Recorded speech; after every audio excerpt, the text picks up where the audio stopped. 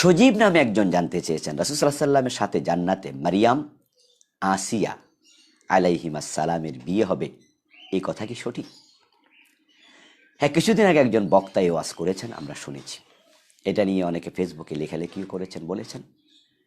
হ্যাঁ, আল্লামা তাবারানী রাহেমাহুল্লাহ আল মুজামুল ওয়াসিত নামক হাদিসের কিতাবে তিনি হযরত ইবনে বুরাইদা থেকে হাদিস এনেছেন।